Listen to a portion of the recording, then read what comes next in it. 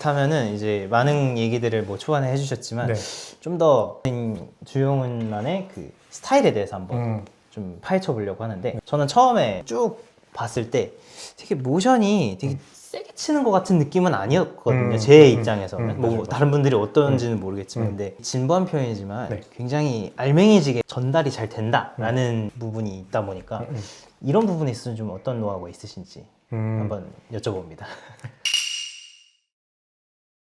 제가 이제 드럼을 이제 18살 때부터 처음 하면서 성장에 대한 그 그래프가 좀 어떤 느낌으로 갔었냐면, 다른 드러머들도 많이 느끼고 이제 다른 분야의 그런 다른 예체능 그런 쪽 분야에서도 비슷하게 느끼는 게 뭐냐면, 드럼에 있어서 언어를 익히거나 재료를 익히는 게 그래프에서 좀 이런 느낌이고, 그 언어들의 새로운 타격 메커니즘이나 주법, 염색을 다 시켰을 때 그때가 좀 이렇게 쭉 올라오는 모멘텀이 생기고, 그리고 또 이거를 가지고 이걸로 가다가 언제 또 이거를 모멘텀을 느끼게 되냐면, 나 연습 정말 열심히 했는데 왜 이번 공연에 퀄리티가 안 나오지? 녹음해보니까 왜 이렇게 클릭이 나가고 랭귀지가 무너지고 간격이 무너지지?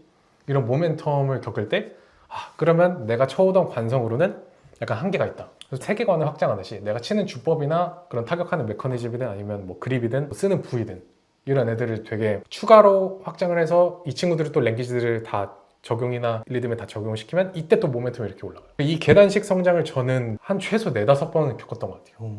그래서 막 한 1-2년마다 좀 계속 좀 확장하고 흡수하고 그런 과정들이 있다 보니까 제가 고2 때부터 지금까지 치던 일대기를 보면 또 예대 때랑 엄청 다르고, 또 군대 때는 엄청 다르고, 근데 전역하고 나서 다르고, 또 투어 돌면서 또 다르고, 되게 발전이 되고 확장이 되더라고요. 그래서 좀 저는 그런 모션이나 그런 건 좀 어떤 거에 영향을 좀 많이 받았냐면, 저는 테니스, 아니면 배드민턴, 아니면 뭐 탁구, 복싱, 야구 모든 게 좀 메커니즘이 되게 공통된다고 생각해요. 특히 골프도 그렇고.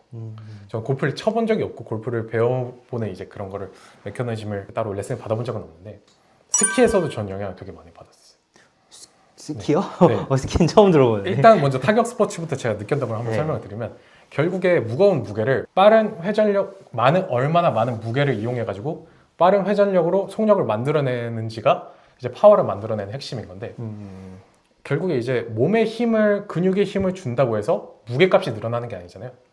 저희가 체중계 위에 올라갔을 때 제자리에서 힘을 준다고 그게 올라가는 게 아니고, 높은 높이에서 떨어졌을 때, 그리고 그게 더 빨라질 때 무게값이 늘어나잖아요. 몸무게가 확, 이런 느낌으로. 그런 것처럼 왜 스키에서 좀 비슷한 걸 느꼈냐면, 스키도 높은 높이에서 빠른 속력으로 내려오면서 스키판 위에 몸무게는 그대로잖아요. 빠른 속력으로 내려올수록 중력과 속도가 붙어서 몸무게가 더 이 스키판에 작용이 되거든요. 그걸로 스키판에 힘을 만들어내서 이렇게 턴을 만드는 건데, 몸에 힘을 준다고도 스키판 위에 많은 무게가 작용하지 않잖아요. 그래서 들어오는 외력만, 그러니까 차가 이제 코너링 할 때 들어오는 이 원심력 있잖아요. 그런 거를 버티는 정도로만 써주고 모든 상황이 이제 좀 근육관절을 이완해 두는 거죠. 그래야 좀 더 내가 더 이성적인 판단과 시야도 넓어지고 더 좋은 창의적인 걸 만들어 갈 수 있는데, 약간 수영도 만약에 온몸에 힘이 들어간 상태로 수영을 하게 되면 수영하는 내내 좀 효율성이 많이 떨어지겠죠. 그렇죠. 그러다 보니까 수영에서도 몸에 힘을 빼는 작용을 가져갈 때 약간 배영 완전 그 쇼파에 널브러지듯이 몸에 힘을 다 뺀 다음에 물에 뜨게 만드는 걸 시작하고, 거기서 이제 추가되는 동작들을 이제 익혀가는데, 전 드럼에서도 그런 부분 되게 많이 적용하고 많이 느껴가지고, 특히 대가들 뭐 웨클이든 아니면 비니든 뭐 샨라이트도 그렇고 CJ 톰슨도 그렇고, 옛날에 치던 그 메커니즘과 지금 메커니즘이 엄청 달라요. CJ가 13년 전에 치는 거랑 지금 치는 거랑 메커니즘이 완전 다르고, 샨라이트도 13년 전 영상이랑 지금이랑 엄청 다르고, 웨클도 옛날에는 스틱 그립을 굉장히 초킹하듯이 잡고 더블을 쳤었대요. 근데 다 이완시키는 메커니즘을 가져가고 나서 이전에 좀 타이트하게 잡고 치던 게 굉장히 자기한테 잘못 다가왔다라는 게 이제 그 데이브 웨클 그립 치면 나오는 레슨 비디오가 있고, 거기서도 이제 설명을 해주는데, 그래서 근육 관절을 전부 다 이완시키는 이미지를 좀 가져가는 거를 일단 되게 많이 좀 받아들이게 됐고, 그리고 그거를 무거운 무게를 높은 높이에서 빠른 속력으로 떨어뜨려주면 그냥 큰 파워는 이제 만들어지는 거고, 결국 근육 관절을 모든 순간에 이완을 시켜두면 좀 더 창의적인 플레이를 하는데 좀 도움이 되는 거죠. 약간 마치 드라마에서 어떤 여주가 갑자기 트럭이 다가오면 그냥 이렇게 멍하니 있다가 치여버리잖아요. 시청자들이 왜 바보같이 저기에 그냥 가만히 서 있지, 피하면 되는데? 라는 건데, 막상 그 상황에 닥쳐보면 그 트럭이 막상 다가오면 머리가 하얘지잖아요. 네, 그쵸, 그쵸. 머리가 하얘지면 몸이 굳어버리고, 반대로 생각하면 몸이 굳으면 머리는 하얘진다는 거예요. 만약에 내가 파워를 크게 주기 위해서 몸에 힘을 준다면 창의적인 플레이를 떠올리면서 하기에는 좀 한계가 어쩔 수 없이 온다는 거죠. 최대로 창의적인 플레이를 만들면서 하려면, 그러니까 저희가 샤워하거나 걷거나 사색할 때 좀 창의적인 생각이 떠오르잖아요. 특히 뜨거운 물 하면서 다 이완시켜줄 때. 샤워를 한다는 것 자체가 몸을 이완시켜주는 작용이 있는 거고, 몸이 이완이 되면 창의적인 생각이 떠오르는데 전제 조건이 되듯이, 드럼에서도 어쨌거나 플레이를 하면서 좀 창의적인 거 떠올려야 되다 보니까 그런 걸 좀 적용이 좀 많이 도움이 돼서 싹 다 저도 염색을 좀 입혔죠. 그래서 옛날에랑 치는 메커니즘이 엄청 많이 저도 바뀌었었어요. 네. 그러면 초창기 때와 지금의 근육의 이완도가 점점 더 강해진, 그러니까 뭐라고 해야 될까? 좀 드럼을 칠 때 긴장을 덜 한다라는 의미인 걸까요? 그죠. 그냥 다 약간 소파에 널브러지듯이 편하게 있는 다음에 무거운 무게를 높은 높이에서 빠른 속력으로 보내면서 이제 파워를 만들어내고, 굳이 내가 힘을 줘가지고 세게 이런 건 아예 다 빼버리는 거죠. 좀 그런 이미지로 좀 많이 넘어갔고, 근데 이게 릴렉스라는 게 제 끝이 없어요. 약간 힘을 푸는 게 끝이 없다 이런 말이 아니고, 저도 새로운 걸 익히거나 좀 어렵거나 긴장된 상황이거나 압박이 오면 그때 몸에 좀 힘이 들어가요. 특히나 새로운 곡들이나 새로운 재료들, 좀 빡센 아티를 만나거나 되게 텐션감 있게 합주를 진행하거나 하면 긴장도가 올라오고, 그런 상황에서 계속 그 이미지를 좀 생각을 해주는 거죠. 약간 집중력이 좋다고 해서 평생 모든 순간에 한순간도 잃지 않고 집중도를 가져간다는 건 아니잖아요. 네, 그쵸. 계속 그거를 유지시켜 주려고 하듯이, 새로운 걸 받아들이면 그걸 또 이완시키는 연습을 좀 해주고, 새로운 걸 또 받으면 반복 연습해주면서 이완시키는 이미지를 해주고, 하나라도 좀 놓지 않고 제가 합주하거나 아니면 받아들이는 게 있으면 반복 연습을 해주면서 숙련도를 익히고, 그 숙련도를 하면서 근육관절 이완시키는 과정을 최대한 모든 걸 좀 다 꼼꼼하게 가져가려고 하는. 결국엔 근육을 쫄리게 하지 말아라 이런 느낌인 건가요, 그러면? 그죠. 약간 창의적인 플레이를 하려면 근육관절을 이완시키는 게 좀 도움이 된다라는 거고, 사실 근육관절 이완 안 해도 돼요. 안 해도 되는데 저는 그런 게 좀 도움을 많이 받았었어요. 네, 제 플레이를 또 한 단계 올리고 발전시키는데. 모션의 어떻게 보면 노하우가 가장 1순위가 근육의 이완인 거고, 네. 그 안에서 다양한 아이디어들을 실현시키기 위한 피지컬적인 준비. 네, 전제 조건이 좀 그게 되면 도움이 됐었기 때문에 하는 거고, 또 추가로 하나 또 말씀드리면, 네.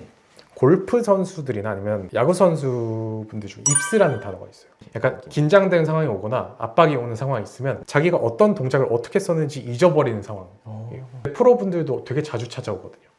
근데 그거를 벗어나지 못하고 은퇴하는 분들도 되게 많다고 들었고, 저는 골프와 야구를 배워보진 않았지만 그게 어떤 느낌인지 알아요. 약간 드러머 분들이 엄청 긴장된 무대에 가거나 압박이 오는 순간이 오면 약간 여기가 좀 땡땡해지는 느낌이 있거든요. 약간 네. 좀 떨리는 이런 느낌도 네. 있고. 네. 근데 그럴 때 이제 저희가 원하는 플레이가 안 나오듯이, 그죠. 연습했던 게 안 나오듯이, 골프하는 분들도 그렇고 야구 선수분들도 그렇고 모든 분야에서 그런 게 적용이 된다면, 저는 좀 근육관절 이완시키고 그거를 좀 모든 동작에 좀 한번 초기화 과정을 거쳐서 넘어가는 거를 저는 좀 완전 강추드리는 편인 것 같아요. 이 부분을 꼭 잊지 않고 기억해 주시면 좋을 것 같습니다. 좋습니다. 네. 벌써부터 제 드럼 실력이 늘어나는 것 같은 느낌. 굉장합니다. 그렇다면은 이런 모션도 모션이지만 주영님만의 그런 스타일 안에서도 되게 전형적인 막 유교는 팔에는 이렇게 훌이 갔다가 갑자기 또 중간중간에 이제 어프로치가 되게 독특하게 가시는 부분이 있는 것 같아갖고, 이런 부분에 있어서 단순히 연습을 많이 한 게 아니라 뭔가 자신만의 갖고 있는 그런 이미지 트레이닝이라든지 네. 그런 부분에 있어서 좀 노하우가 또 따로 있으실까요?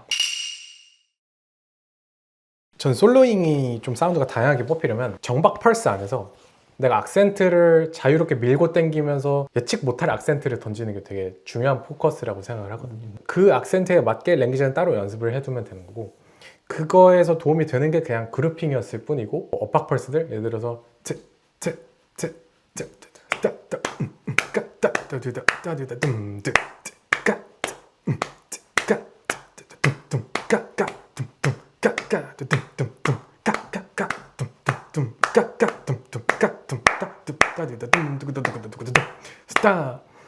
이렇게 계속 좀 예측 못하게 악센트들을 좀 던지는 걸 이제 엇박으로, 아니면 계속 하나씩 밀면서 가든지 아니면 빠르게 당기든지 천천히 하나씩 당기든지 적당히 하나씩 밀든지, 그냥 이 감각으로만 좀 왔다 갔다 할 뿐이지, 그래서 뭔가 랭귀지를 하나의 그루핑, 뭐 4그루핑, 8그루핑을 랭귀지를 20개, 30개 늘려서 같은 템포에서 쳤을 때, 저도 좀 시도를 많이 해봤는데 그냥 뭐 살짝만 다른 느낌? 미소라멘, 아니면 돈코츠 라멘, 아니면 똑같은 근데 약간 좀 국물 맛이 살짝 다른 라면 느낌인 거고 메뉴가 되게 다양해진 느낌인 거죠. 악센트가 계속 다르게 꼽힌다면. 네. 그래서 그룹핑 랭귀지들이 그런 게 좀 도움이 많이 됐었던 것 같고 그래서 솔로잉을 할 때 좀 악센트를 계속 좀 변칙적으로 저는 많이 바꾸려고 합니다. 네. 밀고 땡기고 그래서 악센트. 네, 언어의 개념으로 뭔가 접근한다기보다 좀 악센트를 정막 펄스 안에서 그냥 마구잡이로 던지는 거죠. 어떤 단어를 이제 더 강조해서 말할 것이냐의 이런 네. 차이인 걸까요? 언어의 개념으로 좀 가게 되면 뭐 아르르 아르르 아르르 아르르 아르르 킥 아르르 킥 아르르 킥 이런 개념으로 간다기보다 그냥 3그룹핑 3, 4, 5, 6, 7 이런 그룹핑을 좀 이어서 하기만 해도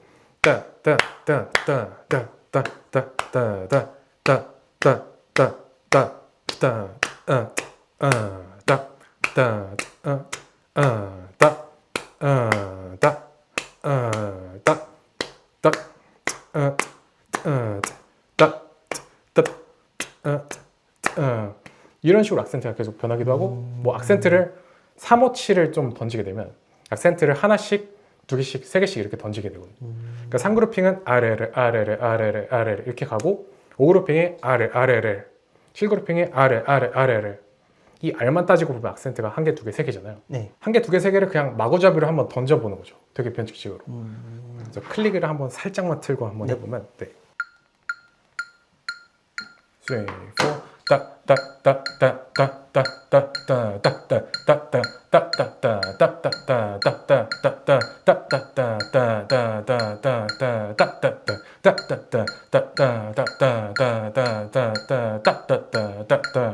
그러니까 제 머릿속에서는 1, 2, 3 중에 뭐 던질까?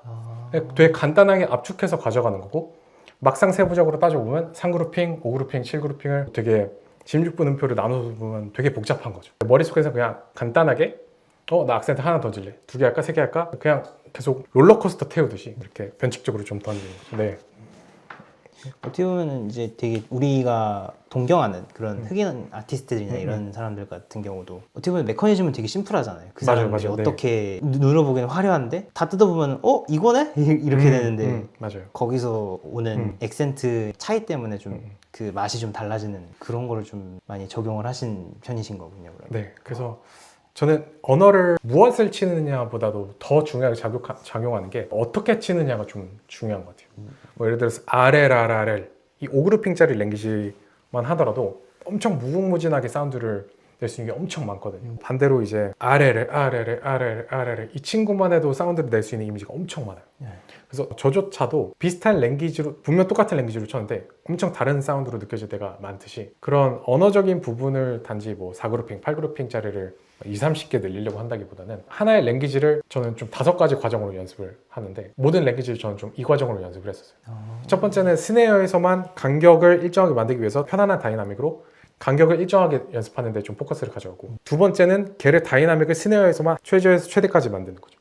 두 번째 과정으로. 그러면 저희가 한 곳에서 간격과 다이나믹에 관한 부분은 좀 정리가 되는 거죠. 그럼 이제 세 번째부터는 엄청 다양하게 옮겨가면서 목적을 최대한 다양한 사운드를 찾아가 보자 라는 본질로 가져가요. 다양하게 시도해보고 계속 찾아보고 그런 이미지를 다이나믹에 일정하게 편안하게 한번 가져가 보는 거죠.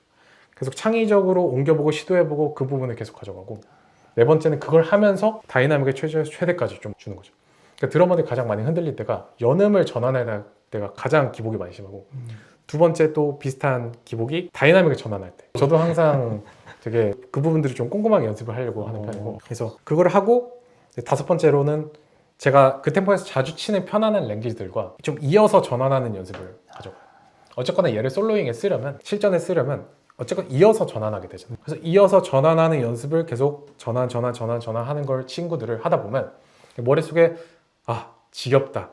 이거 언제까지 쳐야 돼? 라는 모멘텀이 와요. 그래서 그걸 하루에 몰아서 하는 게 아니고 약간 영어 단어를 하나를 예를 들어서 뭐 30일간 매일 10번씩만 얘기하면 장기 기억으로 넘어가게 되거든요. 결국에 이것도 약간 영어를 익히듯이 장기 기억으로 넘어가는 싸움이기 때문에 뭐 하루에 엄청 막 부담스럽게 연습하지 않고 뭐 한 5분에서 7분 되게 아쉬운 시간을 세팅을 해요. 대신 매일 최대한 하는 거죠. 하루도 빠짐없이. 그러면 지겹다. 너무 많이 했어. 라는 생각이 딱 모멘텀이 딱 그때가 오면 그 친구는 이제 자주 쓰는 랭귀지 안에 들어가 있는 거예요. 그럼 모멘텀이 임계점이 좀 지났으니까 이제 새로운 랭귀지, 더 멋있는 랭귀지 다른 거 한번 좀 찾아볼까?